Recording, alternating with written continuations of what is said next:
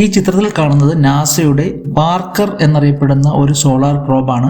അതായത് സൂര്യന്റെ കൊറോണയെ പറ്റി പഠിക്കാനായിട്ട് നാസ അയച്ച ഒരു പേടകമാണിത്. അപ്പോൾ അതുമായിട്ട് ബന്ധപ്പെട്ട ഒരു ന്യൂസ് റീസെന്റ് ആയിട്ട് റിലീസ് ചെയ്തു. അതിനെ പറ്റിയാണ് ഞാൻ പറയാൻ പോകുന്നത്. ഈ ന്യൂസിൽ പറയുന്നത് ഈ ഒരു ബഹിരാകാശ പേടകം ഡിസംബർ 24 രാവിലെ ഏകദേശം 6:53 ആയപ്പോൾ സൂര്യനോട് ഏറ്റവും അടുത്ത പൊസിഷനിൽ എത്തി എന്നാണ് പറയുന്നത്. അതായത് സൂര്യന്റെ ഉപരിതലത്തിൽ നിന്ന് ഏകദേശം 6.1 ദശലക്ഷം കിലോമീറ്ററിന് അടുത്ത് വരെ എത്തി എന്നാണ് പറയുന്നത്. ഈ പേടകം 2023 ഏകദേശം ഒരു 7.26 ദശലക്ഷം കിലോമീറ്ററിന് അടുത്ത് വരെ എത്തിയിരുന്നു. അതായിരുന്നു ഏറ്റവും അടുത്ത്, സൂര്യനോട് ഏറ്റവും അടുത്ത് ഇതുവരെ മനുഷ്യനെ അയച്ച പേടകങ്ങളിൽ എത്തിയ ആ ഒരു റെക്കോർഡ് ഇതായിരുന്നു. അത് സ്വന്തം റെക്കോർഡ് മറികടന്നു എന്നാണ് പറയുന്നത് ഈ 2024 ഡിസംബർ 24 എന്നാണ് ഈ ന്യൂസ് റിപ്പോർട്ടിൽ പറയുന്നത്. മനുഷ്യനിർമ്മിതമായ ഒരു പേടകം സൂര്യനോട് ഏറ്റവും അടുത്തെത്തുന്ന അവസ്ഥ ഇതാണെന്നാണ് പറയുന്നത്. ഇതിന്റെ ഒരു സ്പീഡ് എന്ന് പറയുന്നത് ഏകദേശം 6.92 ലക്ഷം കിലോമീറ്റർ പെർ അവറിലാണ് അത് സഞ്ചരിക്കുന്നത്. ഈ ഒരു സ്പീഡ് എന്ന് പറയുന്നത് നമ്മുടെ ഫിലാഡൽഫിയയിൽ നിന്ന്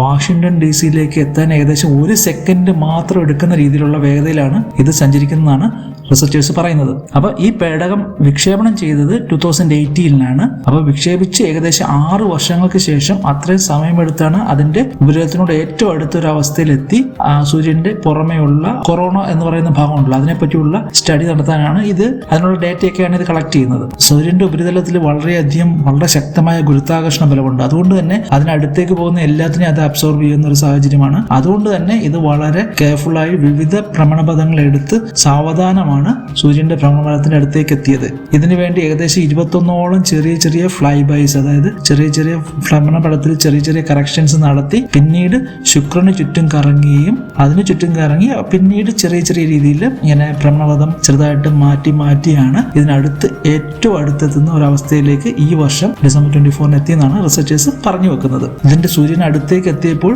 ഏകദേശം ഒരാഴ്ചയോളം ഈ ഒരു പേടകത്തിൽ നിന്നുള്ള സമ്പർക്കം പൂർണ്ണമായി നഷ്ടപ്പെട്ടിരുന്നു. പ്രത്യേകിച്ച് ഈ കൊറോണയിലുള്ള റേഡിയോ ആക്റ്റീവ് എഫക്റ്റുകളൊക്കെ മൂലം ഈ സിഗ്നൽസ് ഒന്നും നമുക്ക് ഇവിടെ ക്യാപ്ചർ ചെയ്യാൻ കഴിഞ്ഞിരുന്നില്ല ഏകദേശം ഒരാഴ്ചയോളം. പിന്നീട് ഡിസംബർ 27 ആ ഒരു പേടകം സൂര്യന്റെ കൊറോണയുടെ ഒരു എഫക്റ്റിൽ നിന്ന് രക്ഷപ്പെട്ടു എന്ന് കാണിക്കുന്ന രീതിയിൽ സിഗ്നലുകൾ ലഭിക്കുകയും കൊറോണയെ പറ്റിയുള്ള കുറേയേറെ ഡേറ്റകൾ കളക്ട് ചെയ്തു എന്നൊക്കെയാണ് റിസർച്ചേഴ്സ് പറഞ്ഞു വെക്കുന്നത്. പിന്നീട് ഈ 2025 ജനുവരി 1 ഈ പേടകത്തിന്റെ ഹെൽത്തിനെ പറ്റി അതിന്റെ ഒരു അവസ്ഥയെ പറ്റിയൊക്കെ കൂടുതൽ ഡീറ്റെയിൽ ആയിട്ടുള്ള ഡേറ്റ അത് അയക്കുകയുണ്ടായി. അതിൽ നിന്ന് മനസ്സിലാക്കുന്നത് സൂര്യന്റെ പുറമെയുള്ള കൊറോണയെ പറ്റിയുള്ള കൂടുതൽ വിവരങ്ങൾ അത് കളക്ട് ചെയ്തു എന്നാണ് ഇത് പറയുന്നത്. ഇനി ഈ വർഷം ഏകദേശം ഇത് 9 മാസത്തോളം എങ്കിലും ഈ ഒരു ദൗത്യം നിലനിൽക്കുമെന്നാണ് പറയുന്നത്. അത്രത്തോളം അതിന്റെ ബാറ്ററി ചാർജുകളൊക്കെ ഉണ്ട്. ഏകദേശം 2025 സെപ്റ്റംബർ ആകുമ്പോൾ അതിന്റെ ഒരു ദൗത്യം അവസാനിക്കും. അതിനു മുൻപ് ഏകദേശം 2 തവണ കൂടി ഈ പാർക്കർ എന്ന് പറയുന്ന പ്രോബ് കുറച്ചുകൂടെ അതിന്റെ ഭ്രമണപഥത്തിൽ അഡ്ജസ്റ്റ്മെന്റ് നടത്തി ഇതിനെ കുറച്ചുകൂടെ അടുത്തേക്ക് പോവുകയും അത്തരത്തിൽ ഡേറ്റ അയക്കുമെന്നൊക്കെയാണ് റിസർച്ചേഴ്സ് പറയുന്നത്. വളരെ ഇൻട്രസ്റ്റിംഗ് ആയിട്ടുള്ള ന്യൂസ് ആയതുകൊണ്ടാണ് നിങ്ങളുമായിട്ട് ഷെയർ ചെയ്യാമെന്ന് കരുതിയത്.